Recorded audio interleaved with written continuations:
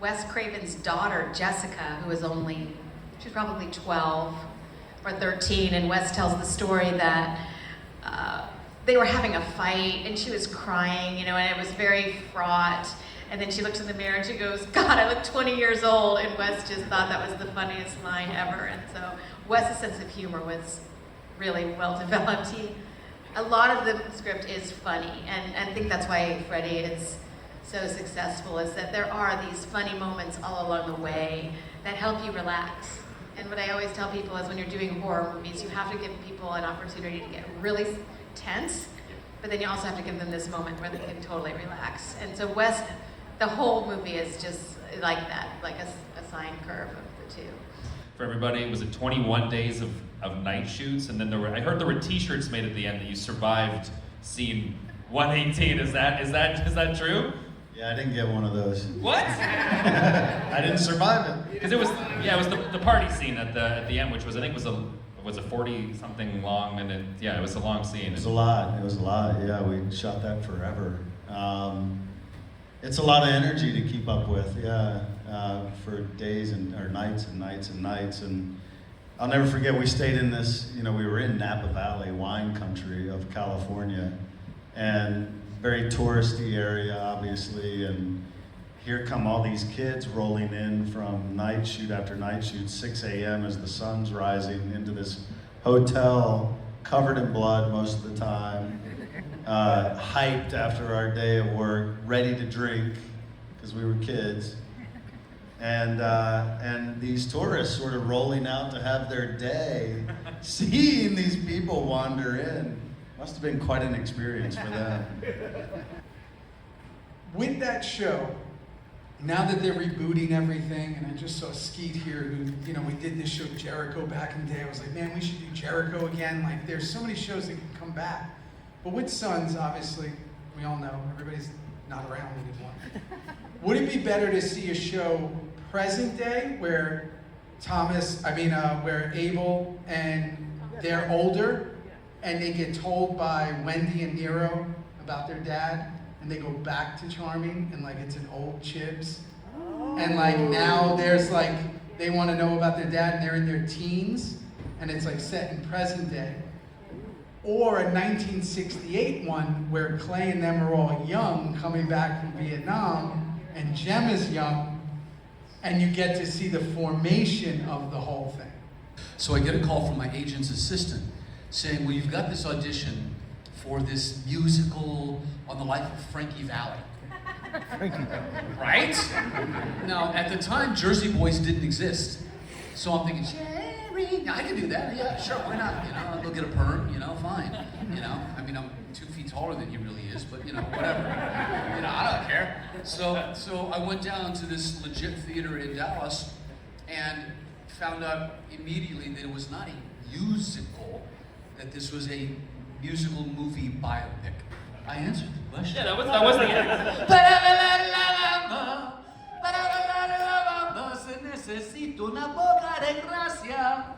I rolled the R, that's all you gotta get. And so I said, I'm doing this movie, it's called Teenage Mutant Ninja Turtles. And he said, what? I said, okay, I'm doing this movie, it's called Teenage Mutant Ninja Turtles.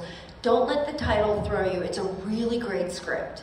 And he looked at me and said, they're making a movie of that? Are you April? And I was like, yeah. And he was like, that is so cool. I have the comic books. And so from that day on, it was like, it's Friday, she's got to leave early, she's shooting Teenage Mutant Ninja Turtles, she's got to get out of here. And come on, this is Robin Williams. Particularly Jerry Maguire, I'd done 2 commercials. And doing that movie, I told my mom after I did it that I wanted to do this for the rest of my life. Yeah. And so for me, that struck a chord where I realized I really loved doing this thing, really, really loved this acting thing. And that has carried me through times I've worked a lot, and there's a time I didn't book any jobs for 5 years. And then now, I've been working again, and that's always carried me through that, and that initially started on Jerry Maguire, and then Stuart Little. That was like elementary school, and then Like Mike and Stuart Little came too, if I remember correctly, came out the same summer. Yeah. And that was the summer before I went into middle school, so I always remember that. And I went to a public school, so I spent the summer promoting both of those, and it was probably, out of my childhood, the greatest summer I ever had. I got to play the part because the actor couldn't lift the chainsaw over his head. So that's how I got into this whole thing.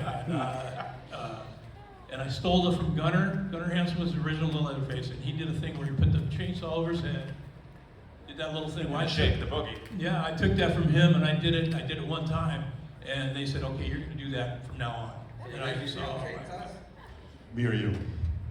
Whoever. I don't watch horror movies. Well, we'll get to that. We'll get to that. Don't say that out loud. Oh my God. He's leaving. Terry. The question is for you. It's been around forever. It's one of the biggest franchises ever. How did you discover it? Guys, back in the day, there was a thing called a VCR. Yeah, love with VHS tapes. No, back in the day when you could go see movies for the first time, where you had to go to the video store and rent the VCR itself, and then going, what movies do you want?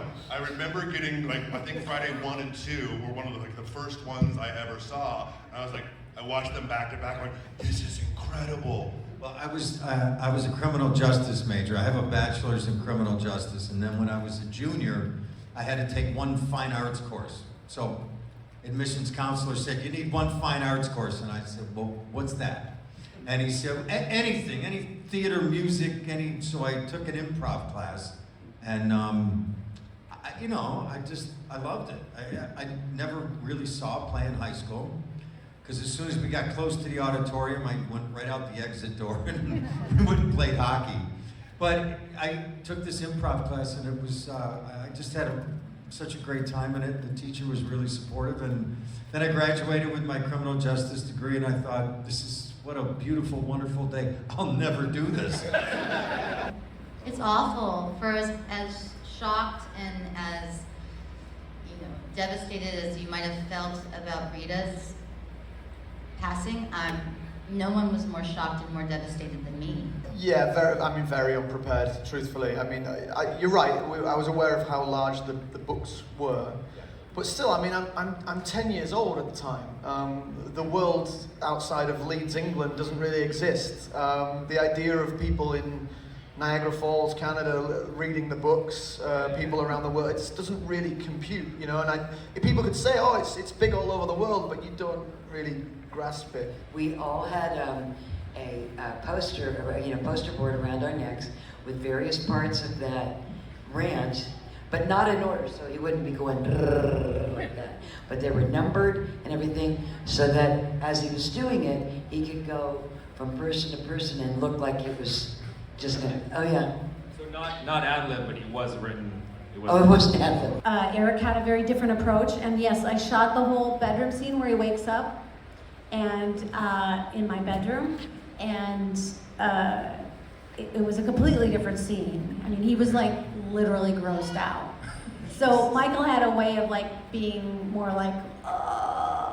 more confused or something. So it was just had a little bit more of a comic take to it. I was kidnapped by the pygmies. Yeah. Tied to a wooden stake. And not to mention And they ripped open my scrotum with a stick. And my balls fell into the dirt.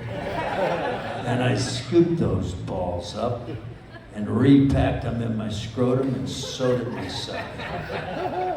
It's a true story.